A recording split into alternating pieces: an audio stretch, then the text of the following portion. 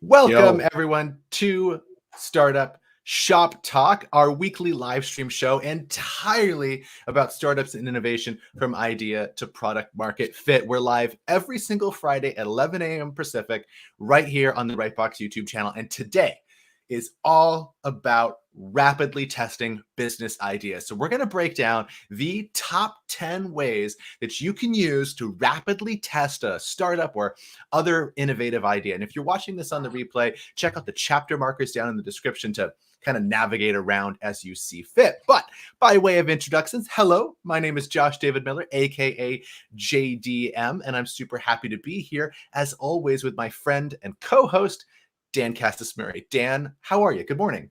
well, good morning, Josh. Good morning, everybody else. Before I tell you about how I'm doing, I want everybody to answer this question in the chat. What's a business idea that you're actually trying to test right now? Or is there something that you're trying to validate? Like, what does that look like and what are you working on?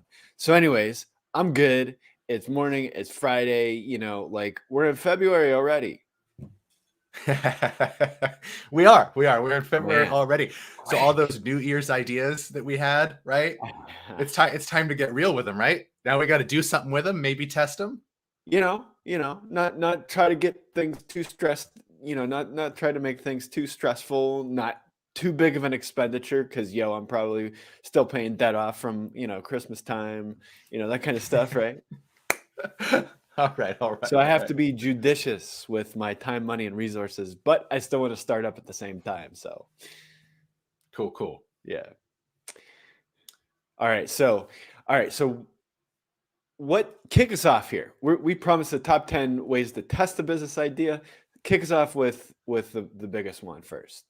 All right. I'll get it started. I'll get this party started, Dan. Let's do Do it. this. All right. So the 10th way, number 10 on our list of the top 10 ways to test a business idea, is the minimum viable product, the MVP. That's no real surprise here. This always goes on the list, right? And so a minimum viable product is what it sounds like. It's three things. It's a product, right? So it's some version of the thing, but it is small. It's minimum. It's as small as it can be while still being viable, right? While still being a thing that we can put out into the market and get learning from for that. So that's kind of what an MVP is. And the whole point of an MVP is to actually go about the process of testing a whole cohesive business idea.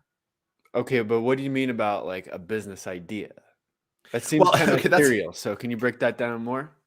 Yeah, that's actually a really good question because it's a big concept. We don't often think about it, but I think you can take any business at all, literally any business at all, and you can break it down into a series of 5 interconnected metrics. And we often call these pirate metrics. And so those are acquisition, activation, revenue, retention, and referral, right? So those 5 things. And we call them pirate metrics, as you might know, because that is an acronym, AARRR, for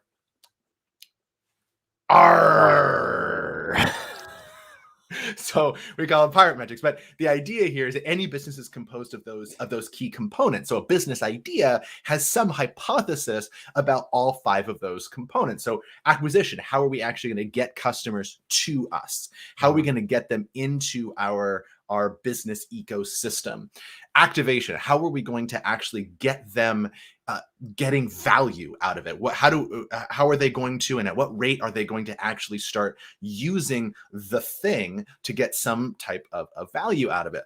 And then the first R is revenue. So hopefully at some point when they're getting that value, they are doing so in exchange for some type of monetary value. We want to collect money. We need revenue out of this thing. So at what rate and how are we getting revenue out of there? And then for once we get revenue, we want to keep them around for a while. So the second R is retention. So how long can we actually retain them?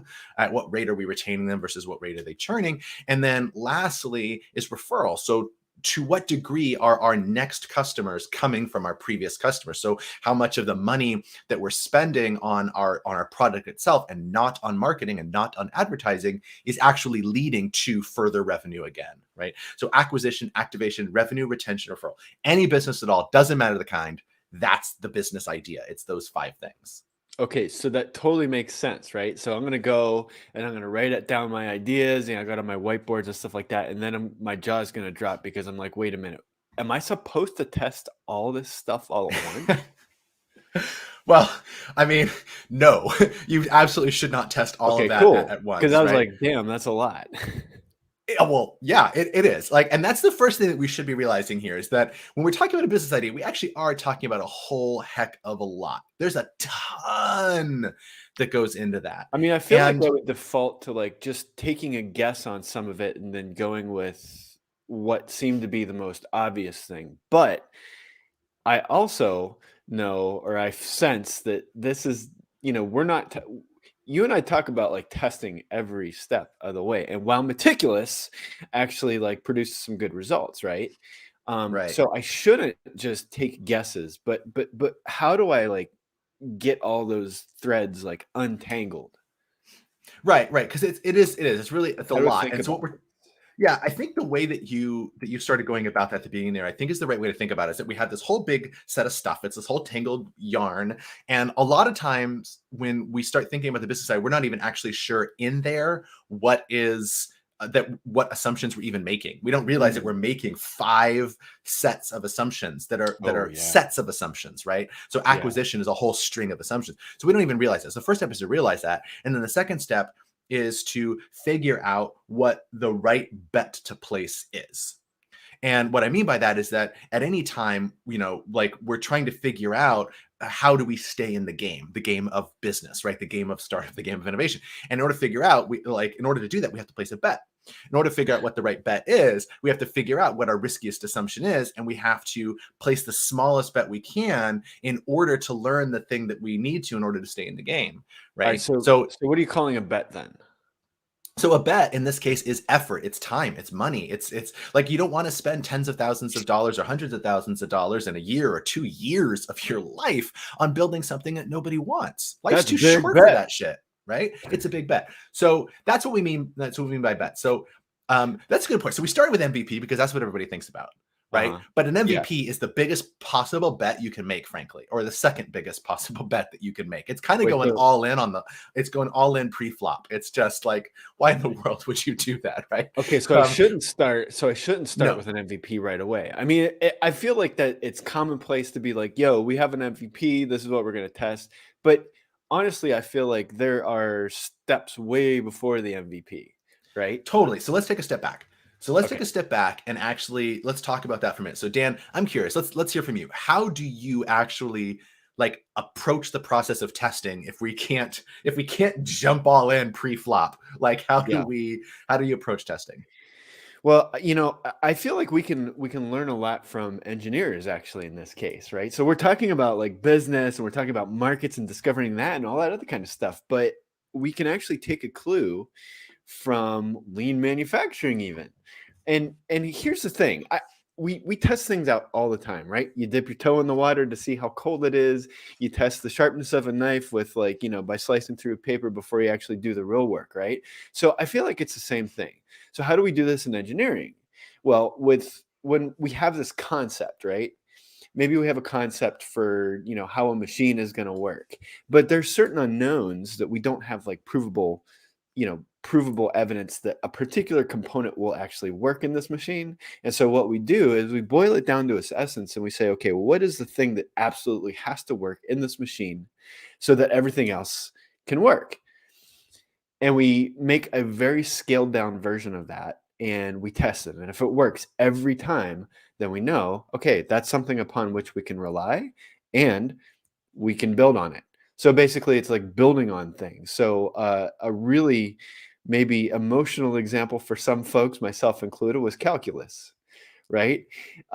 When I got a basic idea for a problem down and I understood it, then I could like build on top of that, right? So math problems. But another thing is maybe I'm messing around with an Arduino and I need a component to do a thing. Like how do I make sure that it does the thing when I want it to do? Well, I have to write a program for that. And I know I'm not the best programmer and I don't have a library from which I can copy and paste. And so I need to make this stuff up, right? So I'll write a line of code. Does it work? Does it not work? If it doesn't work, then I keep, and right. So it's like, it's got to be like this single thing. So that's how I approach testing. Oh, can't hear you. That sounds like a lot of work. Like that sounds like a pretty big hassle, right? I just have this thing that I want to do, and you're telling me I got to take like 40 steps back and start with something simple, but I'm itching, man. I'm raring to go. Yeah. Yeah. So I agree. It is a hassle. And honestly, it's the last thing that I want to do is like slow all the way down, break my vision into like tiny pieces, and then take like a million years to test it. Okay, so this is where we kind of look at this like that's the way Dan would be most comfortable mitigating all risk up front, right? Right. But there's time and there's other people's interests and all that kind of stuff. So at some point I need to make a trade-off, right? And here's the trade-off is the size of the bet, what I could lose in the bet, and the time that I'm actually going to spend mitigating those risks to see if my bet is actually going to pay off, right? Ahead of time. So that's one thing that I just you know, when I start thinking about this, I always have to be balancing like that trade-off. Right. And I feel like, you know, part of that is our risk tolerance as entrepreneurs. So one part of what we're talking about is, okay, well, am I willing to take a risk or not? Let's be realistic about that, not lie to ourselves and be like, you know, I'm not comfortable with taking big risks, but at the same time, I need this to be something that works quickly so that I can continue to justify spending time on it. So where do I fall on that? Do I just take guesses and decide that I want to like, you know, come what may, I'm going to do it? And no, for me, that doesn't work because it's Right. repeatedly not worked. I got Right. evidence Right. that supports that. Right. Almost So I by don't know. definition, that's just a bad idea, right? Yeah.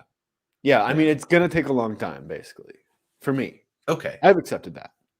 All right. So so you're talking about you know having it take a long time, but is there any way to speed that up? I mean, like, are we just like should we just shoot aimlessly in the dark and just kind of roam around hoping that we like stumble onto the train tracks and the train starts moving, or is there any way we can get on the tracks faster? Like, how do we speed this process up? How do we make it as fast as possible while still not risking too much too early in the game?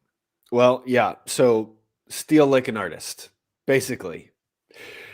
There's a book, and we flashed this at the very beginning, and this is it's not the only book, but it is a pretty good one. It's a compendium of tests that we can actually run when we're actually looking at our, you know, testing incrementally. And so that's what I recommend. How do we speed this up? We use what's already worked before. And thankfully for us, we've got this nice little library created by David Bland in partnership with Strategizer, the folks over there at Business Model Generation and all that other kind of stuff. So, All right. yes. So there are a lot of tests in that book. In fact, I think there's even a teaser out there on the internet. You could probably find what's actually inside it, but we're actually going to cover a couple. The way we want to do this, though, is we want to say, okay, well, here's a 10 test. We started with an MVP, and well, if you're telling us that wait, MVP is like way too big, like what's the thing right underneath that? Like, what can we test? What's the test that leads up to the MVP? So, Right. what do you got? All right. So should we move on to the next one? Yeah, I think we should. All right. So number 9 is The Wizard of Oz. Now, I really like this one. What? It sounds like magic. Well, Tell us yes. about The Wizard of Oz. Yeah, I'll tell you about The Wizard of Oz because, and this is it's one of my favorites because it's one that is counterintuitive for a lot of founders. And I'm going to come back. I'm going to put a pin in next. I want to come back to that in just a second. But the idea behind The Wizard of Oz, right, is that if you remember from the book or from the movie, there is this grand wizard character that we're talking to, and he seems all powerful and whatever. But it was all a show. There was no wizard. There was just a small man behind the scenes, right, pulling the strings. So that's what we call the Wizard of Oz. It's because the thing that we think that we're seeing that seems so magical and real isn't really happening. There's a man behind the curtains. And so if we take like an MVP as we have an interface and a customer interacts with an interface, the MVP does secret sauce and then spits some stuff out, right? So what we're doing in a Wizard of Oz is we keep the user interacts with things. So they actually go and interact with your software. We'll use as an example. So they go interact with your app, and then your app still spits something out. But instead of your app having magic, there's a dude behind the scenes there actually doing stuff. And so instead of like spending time building the internal mechanics of maybe a complex tool that's supposed to do something, you can actually have a person doing that very same activity and then spitting out the result. The user does not know the difference. They don't know that it's a person that's doing it. Thus, the Wizard of Oz. We're putting a curtain, the wizard, in front of them and having them interact with our software as if it was real, but it's actually not. It's not real at all. And so what we can really do here is test a lot of our business model on this process, right? Yeah. We can actually do some very real testing here on what we want to learn. We can test a lot of our product because the value proposition is pretty clear, the product's pretty clear, the interface is there, the features are defined. So it's just like it's the thing before the thing. It's not the MVP because we took out the secret sauce. We said we're not building the secret sauce. We know we can. That's figure outable. But we want to figure out, are people going to pay to use the secret sauce? Okay, so this is figuring out like the automation before we actually automate it. Like we're still kind of like dialing in the process. This is the, hey, we're just going to make the algorithm up on the fly and we're going to test it out. And so that we don't, because you have to tell computers to do shit, right? Like before that, totally. before like we don't even know what to tell it to do. Then what we're going to do is it seems to me that the Wizard of Oz test is great because we're not building things, we're serving people still. And so it's not necessarily a dishonest thing, right? Like it's like hey, instead of a machine doing this, it's still a person. So it seems like magic. Yeah, it does. It kind of is, like magic. Actually. And it kind of is magic, right? Because the user is still getting a magical result.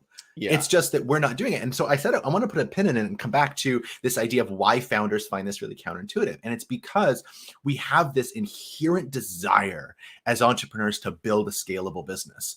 And so the first thing that we want to do all the time is figure out, I don't want to do that 10 times. I don't want to do that 100 times. I don't want to do that 1,000 times. It's not scalable. I want to figure out what's scalable. And so a lot of people, when they start to encounter this problem, they go, well, I don't want to do a Wizard of Oz because that means because I'm a founder and I got 2 people on my team, right?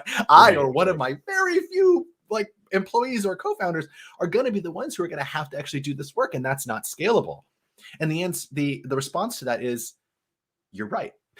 It's absolutely not scalable, but we don't care about scale because scale is about optimization. In order to scale, you have to optimize, but in order to optimize, you have to prove that it's worth optimizing in the first place. That's okay, cool. So Wizard of Oz is basically like, building the thing before the thing using people because it's easy and it's cheap, right? Especially me as the founder when basically what I have is time. And okay, great. So I don't have to rely on a big team. I don't have to rely on like a whole bunch of stuff. Like it's me testing a thing out because I'm the person behind the counter or behind the curtain or somebody else is. Okay. So what if I don't have anything to show yet? What then? Yeah. The step before that. So if you don't, the Wizard of Oz depended, as to your point, on like you have to have a UI that they're interacting with, so that we have to have a fake wizard, right? So that we can have the man behind the curtain in the first place. If you don't have that, this is where number 8 comes in, the concierge test. The idea here is that that also sounds kind of fancy. Well, that's the point. It's absolutely fancy. This is the fancy shit because instead of doing software, instead of having a wizard, we just actually throw down the curtain and say, yeah, I'm the guy behind the curtain. I'm going to do this for you for money. Right? So we stop putting on a show and we just say like, is this worth money to you? And so it's even less scalable than that. But what we're looking at here is, are people just even willing in the first place to pay anybody to do this? And so the way that you're talking about doing it as a service, essentially, that's a concierge, right? They have direct line to a person and they're talking to a person and that person delivers the value. There's no fake software in between. Because of that, it's very not scalable. If you were looking to do that, you'd be building a service business and charging a ton of money. But probably there isn't a service business doing this because they'd have to charge a ton of money and it's not going to be worth it. But we're not doing that. What we're doing is saying, we know we can automate it. We know that we can figure out the technology. So we're not worried about that. So we're going to charge as if we figured out the technology. We're going to charge as if we figured out the technology, and then we're going to still do it manually, because if they're willing to pay at that price point for this service, then when I replace it with software and they still pay the same amount, it becomes scalable. But I'm testing the step before that. So it when doesn't look real. Okay, so when Paul Graham says do things that don't scale, this is what he's talking about, right? He's Yeah. like, look, yes, scale at one point, but there's time and a place, right? And this is not necessarily the time to start thinking about scale, because what we're doing is we're testing out stuff and we're actually building up to an MVP, but we got to do a couple of things before that, right? Totally. Okay. So, all right, with a concierge, basically it's a lot of personnel power, right? It's a lot of people, even if it is myself, right? So, what if I'm like, okay, well, that's cool, except I can't go all in right now because not enough is known. What is something that I could do before concierge? Yeah. So what you can do before the concierge, this is number 7 on the list, is you can actually just do a landing page. You do a landing page. So the idea here is that so far we've been looking at testing basically all of the pirate metrics. We've been looking at testing to a degree, at least, maybe less accurately with the concierge, but we're looking to test, are they activate, or can we acquire them with our value proposition? Is the thing valuable enough that they'll activate on it? Are they paying us money? Are they staying with us for a while? Are they referring their friends? To some degree, even with a concierge, we can test a lot of different components of that. But in order to do that, to your point, it takes a lot of effort. It takes a lot of time for us to do. So sometimes we want to make a smaller bet before we do that. And that smaller bet said, let's not spend all that time. Let's actually focus on, can we get people into the business in the first place? Can we just even acquire them with our message? If we put out our value proposition and say, we got this, will they buy? So we don't care about the delivery at this point. We just care about, can we even get them in the door in the first place? So we're measuring intent. Right, exactly. Basically. We're measuring intent. And it's not just with like an email address, right? Like we can actually watch people go through a landing page, and we can watch what they hover over, how long they read, and what other actions they take. Totally, exactly. So I feel it's kind of cool. It is. It's kind of valuable. I'm sure we'll come back to some of that when we talk about further tests. But the idea behind the landing page is exactly what you said. Like, we're literally putting up a landing web page, and that landing web page lists an offer. It says you have problem, we have solution. It does this. It has this feature and this benefit, and it's amazing. Sign up here. And probably, if we're being honest, actually has a monetary exchange. Okay. We're putting out an offer that we want people to find so irresistible that they're willing to give us the greatest amount of evidence possible. And the greatest amount of evidence possible is, of course, money. We want to prove that they're willing to pay for it at the end of the day. But even if we can't do that, they might pay with their email address, like sign up to be on our early beta or whatever. Either way, we're trying to get them to somehow put in effort to pay. Right? We want to pay saying that, yes, you got my problem right. Yes, you got the solution right. Yes, it's big enough that I'm willing to drop some effort or money in for you to solve it. So in this case, we're asking the question of, does our value proposition trigger action? That's what we're really trying to learn from a landing page offer. So we're not testing any of the R's. Or maybe we're testing a little bit on the revenue side, but we're really testing, can we acquire customers in the first place? Because if we can't, the rest doesn't matter. Okay. Once again, makes sense, but feels weird. There's always a but. Right? That, like, yeah, but. Yeah, but. Okay, so what if I don't have a thing? Like, what am I going to stick on this landing page? Yeah, so that's a good question, because what we've assumed by the landing page is that we know what the solution is, and we're saying, I will show you or describe in detail to you what this solution is, and you will find it so irresistible that you click it. And so that means you have to figure out what the thing is. So the next one, number 6 on our list, is the clickable prototype. Nice. Now, the idea here is that we're not going to build a thing.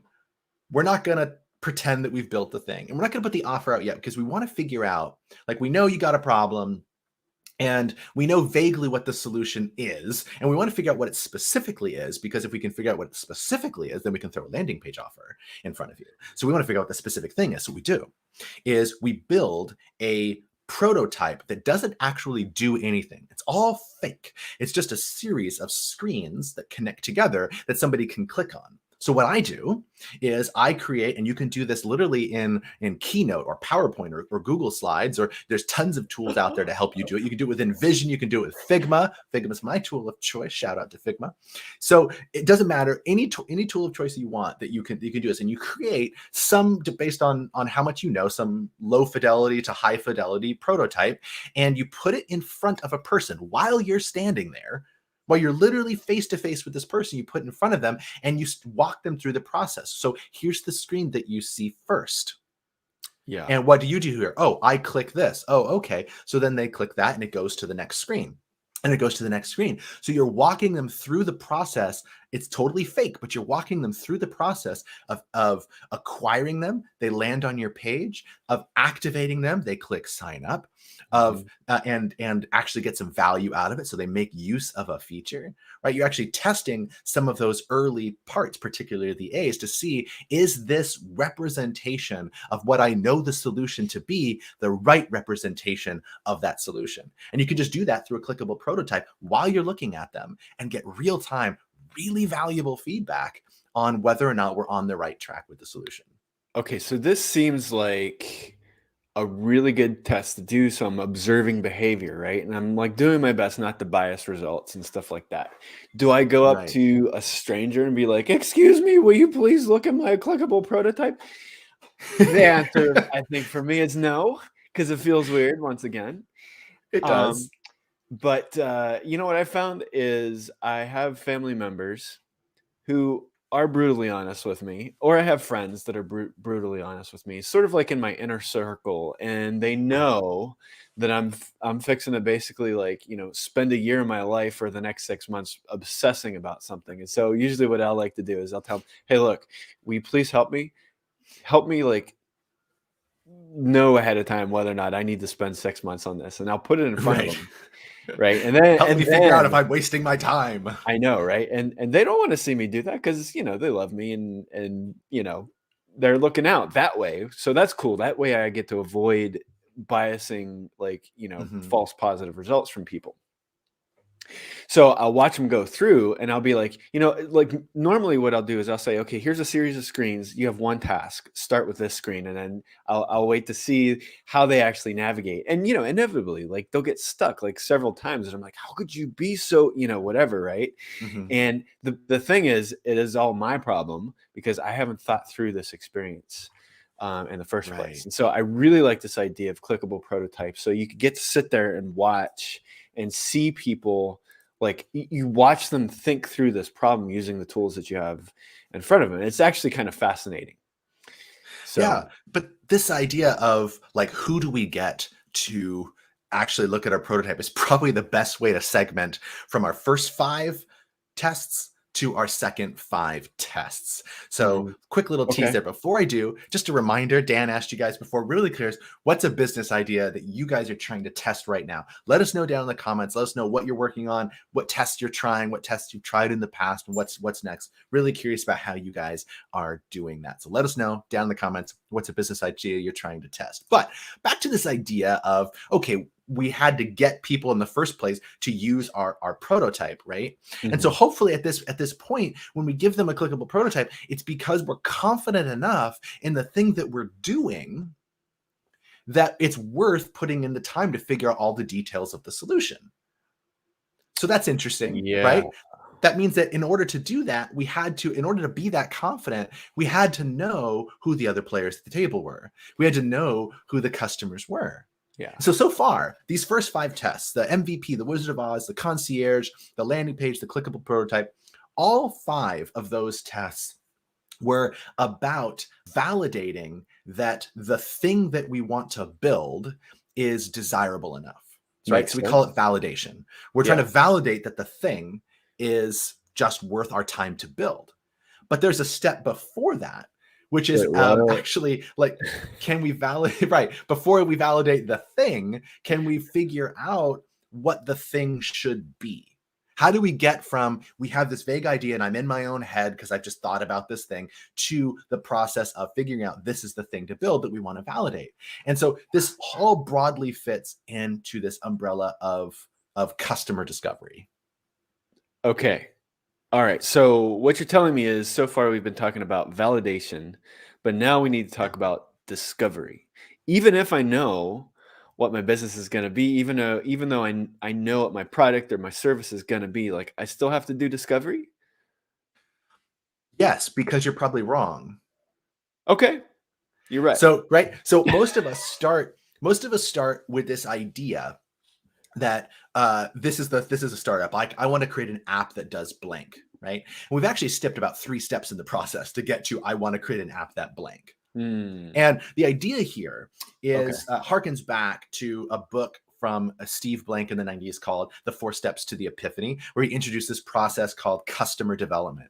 The idea here, we'll just spend just a second on this. The idea here is that if you're, Toyota and you're creating a new car, right? You know who buys cars. You know exactly who buys cars. You know how much they spend on cars. You know what their level of education is. You know where they live. You know what their lifestyle factors are. You know everything about who buys cars. Not only do you know who buys cars, you know who buys hatchbacks. You know who buys minivans. You know who buys you know who buys SUVs. You know who buys SUVs with the gull wing doors versus those who buy the traditional doors. You know hatchbacks. Everything. Right? Like, you know all of this information about it. And so what you can do is analyze people, the whole marketplace, and then all of the features of the available cars and try to find, hey, that based on all this data we have, it seems reasonable that there's a group of people out there who would like this combination of stuff. And so I'm going to go develop a concept car that has this precise combination of stuff that I feel is a hole in the market. And so you go and develop a concept car. Okay, the problem is, go ahead. I was going to say the problem is when we're in a startup, though, we have exactly none of that data. Not only do we not know who buys cars, we don't know what cars are because our product doesn't actually exist yet. So we have to first figure out through this 4-step process called customer development. We have to start with customer discovery. We have to figure out who are the customers, what problems are they having, what are the pains, and in the car example, that would be what do they feel is missing from their lives. If only they had a car with a hatchback that also had ABC, right?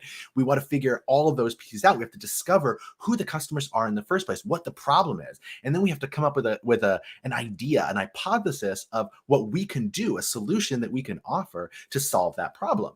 And then once we have that, we can go into step 2, which is validating that solution is the right solution to that problem. And then once you validate that, yes. I was going to say, okay, so it's basically what I'm doing is I'm starting off saying, hey, there's a need in the market, or I see people are having this problem, like a lot of people are having this particular problem or something like that, right?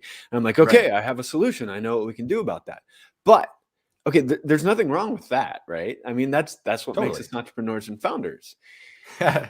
But the thing that we don't have is a specific idea about a customer archetype that we can with confidence and repeatedly find that will give us money in exchange for a particular solution that is designed specifically for them.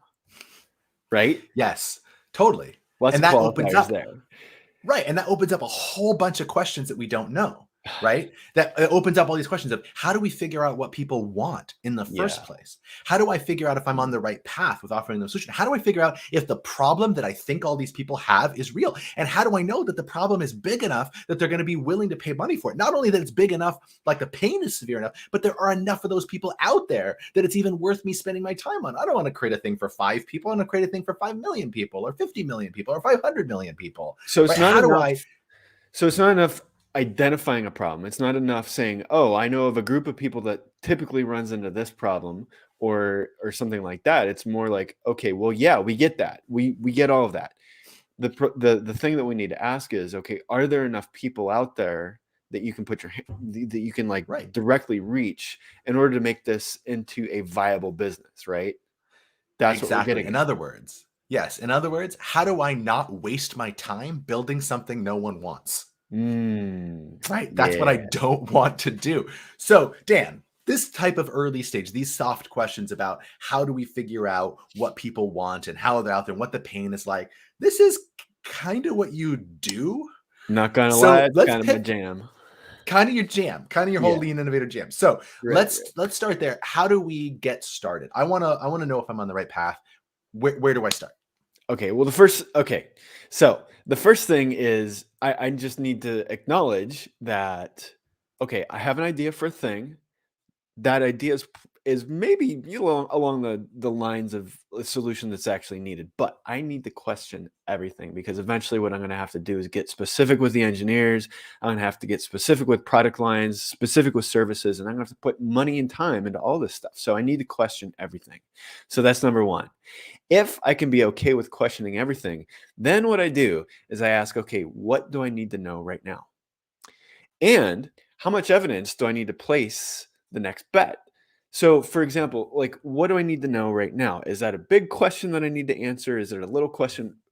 I need to ask myself, what is the small, like the next reasonable question that I need an answer to in order to, basically take the next step or place the next bet.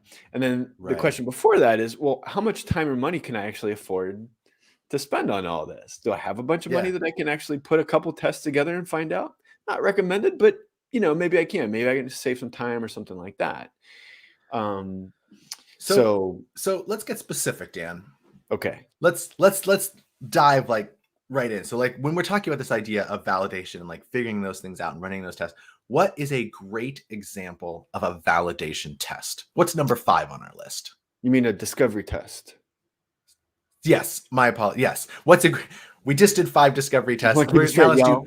Keeping it straight. let's do got to keep me honest. Let's do 5 discovery tests now. So what's a great example of a discovery test? What's number 5? All right, so I like the test Boomerang that's actually in D. Bland's book right here.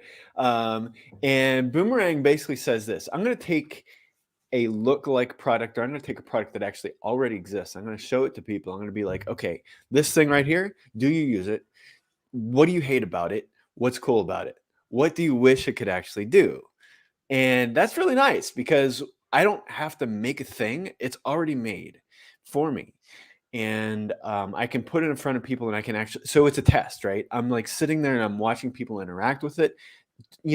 What's their experience from unboxing to unveiling to actually interacting with this thing in order to produce, solve a problem? Does it work? Do they get frustrated along the way? That kind of stuff. Now, sometimes what I can do is, what David Blaine talks about sometimes is white labeling it. In other words, stripping all the branding off this other particular thing and then showing that, saying, "Hey, this is our thing." And he's like, that could work once in a while. I mean, there's some ethics and trade secret stuff and IP that maybe we're violating. So I wouldn't recommend that as like the go-to strategy. I think it's totally okay to have a thing and be like, hey, look, this is my competitor right here. I want you to do this and solve your problem with this right now, and I can just watch, and it's totally fine like Mhm. that.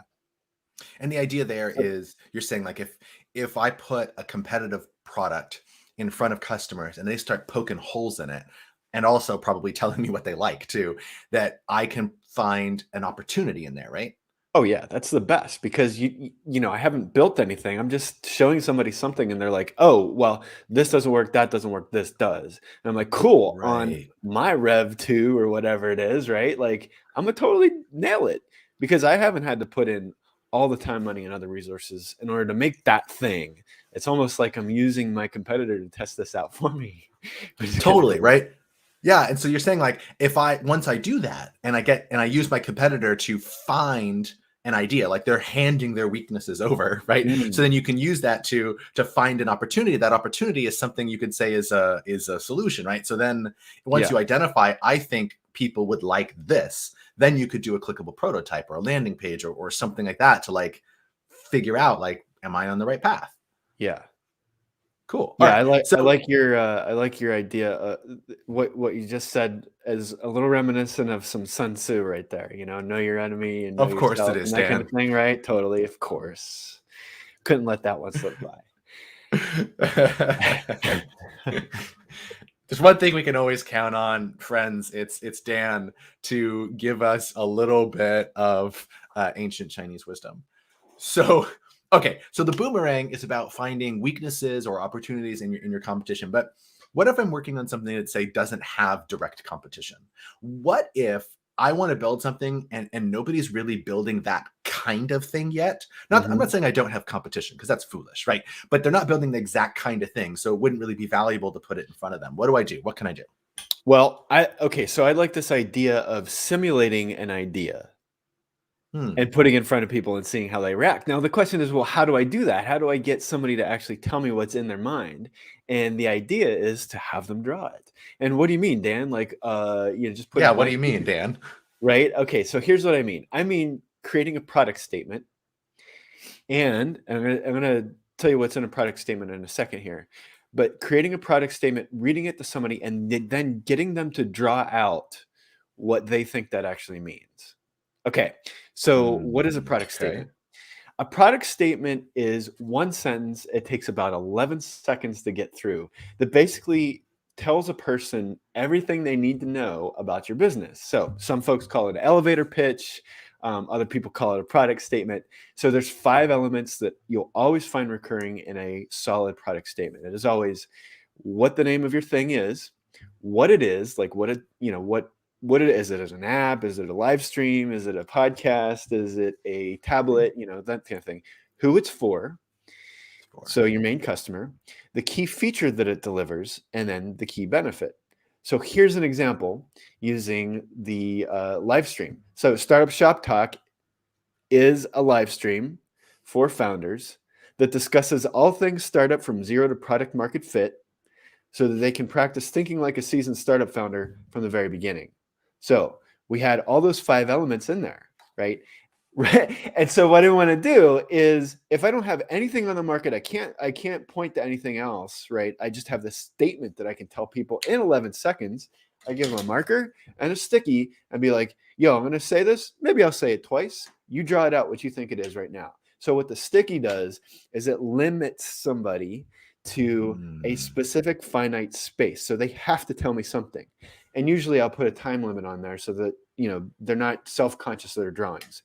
And maybe sometimes I'll draw like a stick figure on a sticky note, and I'll be like, yeah, this is the kind of fidelity I'm looking for, right? Just to put folks at ease. And so then at the end, I can see, hey, I've pitched this thing. I've got a main feature, main benefit. Is what is in their head, can measure it with what I'm trying to actually communicate. Got it. So that's number 4. That really harkens back to the show we did a few weeks ago on design thinking and creativity. And we talked about how the value of constraints, right? And so you're trying to get a specific answer out of them that is just it's directional. It's like, they just need to point me in the right direction. And so you take away all of the barriers that they're going to put in place by saying, it's a sticky note, it's only this big, and you only get this much time, right? I'm expecting shit. Give me shit. I want it. Right. Yeah. That's very, and then the other cool thing is, once I've validated that product statement, that's what I use for my landing page later on. Right. Because all I'm doing at that point is I'm graphically representing a product statement on a landing page. And oh, by the way, maybe I take those drawings that people give me, and I'm like, hey, this is what was in your head. It's probably in other people's heads too, as we talk about this. So let me stick it on a website in a more polished format and get that idea across quicker and quicker. Right. Okay. So you said you have like a key feature and a key benefit, and you're going to put those in front of people in a verbal form and then ask them to create a representation of that. So that assumed that I actually have one key feature and one key benefit. Like, you didn't ramble on for 2 minutes about everything that's in Shop Talk, right? Like, you narrowed down this one thing about thinking like a founder from the very beginning. So, like, how do you get there? So most of us, when we start thinking about our product service, we have tons of features, man. Like, how do we narrow that down? How do we find the one feature benefit combo on which to focus? Okay, so that leads us to number 3, which is other channel testing. So we're all talking about testing, right? And gathering evidence that people actually want a particular thing. So before we do that, though, before like, there's this thing that I like to play. It's called the fruit game. And here's the idea, Josh. You're in the supermarket and you buy oranges, you buy apples, and you buy kiwis. What have you bought? What's the category of items that you've bought? Fruit. You brought fruit. Okay, so here's the idea is I have feature 1, feature 2, feature 3. What bigger category do all those features kind of fit into, right? And so that's why I call it the fruit game, because Right. it's like I can buy like items and I can put like items. What I'm doing is Yes. metacognitively basically going up to the next level and saying, okay, what is the broader category into which all these features fit? But I got to get right on the features and I got to get right on the benefits. So how do I do that? Well, I could do that by testing different channels. So what do we mean by channels? Well, channels are basically in this context, channels are basically the ways that we deliver messaging to customers, or basically just how we're talking to people, right? So what's a channel? Channels like an ad. A channel is speaking at on a live stream or a podcast or something like that. Another channel could be the actual delivery mechanism, like Spotify or YouTube or something like that, right? Another channel could be like one of those little flyers that you put on a community bulletin board. That could be a channel, right? So all we're doing is we're just trying to get things into customers' minds, right? But there's this other piece, right? We have to measure that actual interaction. And so how do we do that? The key is actually trackability. So some of the channels that Say I like to more. use. Okay, yeah. So the channels that I personally like to use because they work for me is speaking. I like to use ads from time to time. I like to use community involvement or community engagement, which basically means me showing up, typing a couple of things inside a community and see if I get reactions, right? Or even what I like to call OPC, other people's content, like using other people's content in order to measure behavior, right? Okay, Right. so the key is trackability, meaning this. If I have a coupon, it's got to come back, and I have to measure how many times it comes back. If I have a article to which I've linked, I need to be able to track how many clicks have gone on that link, right? I have to make sure that anything that I'm putting out there to test interest, to observe behavior, is something that I can take data from, right? So it's basically just building in a way for me to measure how many interactions and what types of interactions have occurred on this particular asset in the channel that I'm actually using. So for me, speaking is okay, well, how many people show up? How many emails do I get after the fact? How many times do people say, hey, can you help me out with this thing? I have a question about that. That kind of stuff, right? Right. Okay. All right. So in the channel testing, you found a place for people, and we reached out to them through that channel Mm. to, and then did something that was measurable, so it was trackable, so we could get some data at the end of it. Or we were doing a product statement where we actually talked literally face to face to a customer, or the Boomerang where we talked face to face to a customer as well. So all of that is like assuming that such an audience exists and that Yeah. I know where to find them, right? But what if I'm just trying to find them? Like, what if I'm just trying to find, do they exist? And I want to talk to them and learn from them. How do I even know they exist? What's a test for that? Okay. So this is a problem that I always run into. And it's like, yeah, you know what? I read all the books, man. I read it. And this is why Lean Innovator was actually like kind of developed, was because I'm like, okay, MVP, I get it. Like, concierge test, awesome. I can't wait to test this out. But then, I look around and I'm like, wait a minute. Do I stand in front of the grocery store? That's really awkward. And I've done that before and I don't like it. It's poopy. At least your fruit metaphor would work well there. It would, but we're not all buying fruit. I want them to like interact with my clickable prototype, right? Okay. Okay, so So here's what I like to do. So market niche research is what I call it. It's basically using the power of the internet to look underneath the rock to see if there are actually populations of my particular customer there. So what does that mean? Well, what I'm doing is I'm making sure that there's actually a market niche. So you've been to a trade show, right? And when you go to a trade show, it's really cool because you see all the things, right? And there's the people and the energy. But if you look at the way a trade show is actually organized, what they really do well is they lay out an entire industry for the beholder, right? So I can get an idea of how many players are in the industry, how many industry supporters there are, what the customers actually look like. It's like right there. It's like an entire niche right before my eyes. Okay, so even before the pandemic, though, when we have ideas and we have like solutions for, where we have like problems for which solutions have not specifically been created, that's why we're founders. We need to understand, okay, well, where is this market? Does it even exist? How do I find evidence that people like this exist en masse? Did I say that right? En masse? Anyways, a On lot of Moss. Yeah, you a got it lot of right. folks. Okay, so how do I do that? Okay, well, there's 4 things that I like to look for on the internet, and it's basically using Google searches, very easy stuff. Google searches, community searches, looking on e-commerce platforms, all that kind of stuff. But here's what I look for.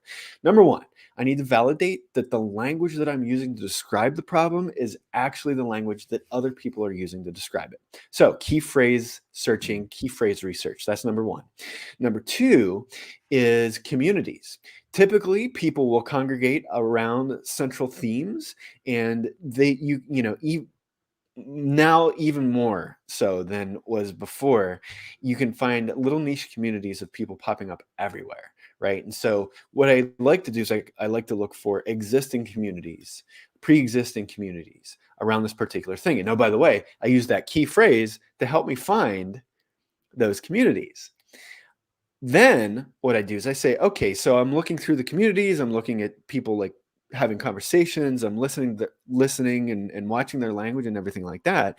That will inform me on what kind of content people are actually consuming. Right. Somebody posts an Right. infographic. They're like, hey, I found out about this. Like, here, just look at this thing. It'll answer all your questions, FAQs, stuff like that, right? I look for that stuff, and that's the content that people are consuming around this particular niche, right? So that I know, okay, cool. Now I have the language that people use, the communities that they're hanging out in, what kind of information that they're consuming in order to inform themselves and talk about their actual problem. And then the final thing that I want to find is I want to find evidence of buying habits and price point sensitivity. How do I do that? Well, I can look at e-commerce platforms. I can look at, I'll name it Amazon, right? To see, okay, is this a thing that people actually buy, or does people buy something like it? Can I look into the comments? And so I can look at like maybe, probably like the 2 and 3, sometimes 4-star reviews to give me an accurate description of what this experience is actually like with this product, right? And then I can look at, how much it costs and how much people are willing to pay. And so with all of that information, what I can do is I can say, okay, well, I think that there are a group of people which I can access, and I know where they are. So then I know which channels that I might be able to start testing out, right? So now that I understand that, then I have a market niche that I've at least been able to identify to say, okay, well, I could probably access this later on when I am looking for customers. All right, got it. All right, so you can use It's a lot research for sure. It is, but you can use research to find the place to make your play, make a small little play in that space, see is that right, or pivot or move on, and then kind of just keep doubling down, keep increasing the size of the bet. Yeah, I really love this one because, a lot of times when we talk about the next one, customer interviews, we say, okay, well, how many interviews do we need to have? And the answer is a lot. And what I find is market niche research helps me to really not have to depend, I don't have to get like loads and loads and loads of interviews. Like all I have to do is get a couple interviews, get me pointed in the right direction, look for a market niche. And once I have that evidence, I could be like, yo, there are a lot of people now. I know how to get a hold of them. I can walk back up the chain to get to that MVP. Which cool. So you just revealed. You revealed the number one. You spoiled the reveal. It's okay. It's okay. We're good. So the top way to rapidly test a business idea you feel is a customer interview. Tell us why. Okay, so what a customer interview actually does is it helps us to validate whether or not we're walking along the right path. Now, is a customer interview actually going to tell us, hey, yeah, I want this feature and I want that feature? Maybe, but in the very beginning, all we're looking for is this hint. We're looking to say, so you're saying there's a chance that I that I have a thing that maybe you want later, right? And so here's the thing. What we don't want to do, we covered this before in past episodes in terms of like what questions we actually want to ask in an interview. What we don't want to ask is, hey, will you buy this? That just spoils the whole thing, and we wasted a bunch of time doing that. What we want to do Totally. is look for evidence of not even future behavior at this point. No, we want to keep this very basic. In fact, the Mom Test Mm. is a book that actually tells us a lot about which questions to ask. In a customer interview, really what we're asking is 3 questions. The first question is, hey, I think that this is a problem for you. I think this is something that you're trying to do. Is that right? And then, is it a problem, basically, is what we're asking. Mhm. And then the second thing that we want to ask is, okay, what's standing in your way from actually doing what you're wanting to do? Like, tell me about this problem, right? We're getting stories from people, not necessarily. Anyways, there's a whole other episode on interviews, right? So for those techniques, but really what we're doing is we're saying, hey, tell me a story about the last time that you had this problem and what it looked like for you. And then the final thing, the most uncomfortable thing probably for everybody involved, is asking people, okay, well, how do you feel about that?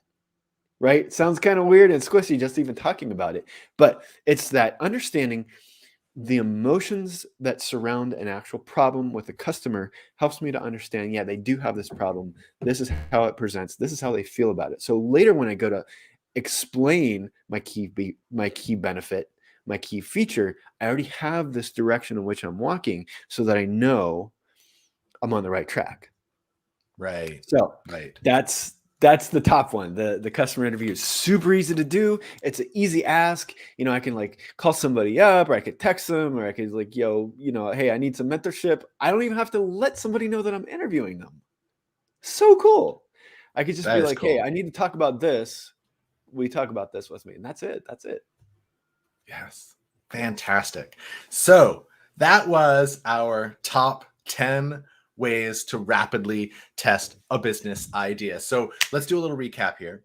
Sounds So good. remember that it's a spectrum. So, right. So we're talking about customer discovery to find out that there are customers there. Then we're talking about customer validation to validate that we have the right solution to the problem that they experience. That we're trying to look at desirability, to use design thinking, before we figure out feasibility. So it's okay to figure out, do people want me to do this through a Concierge or Wizard of Oz test before I figure out how to actually do it? We don't care about scale yet. We figure out, do people really want this thing? And then we want to make the smallest bet possible to actually stay in the game. Smallest bet possible.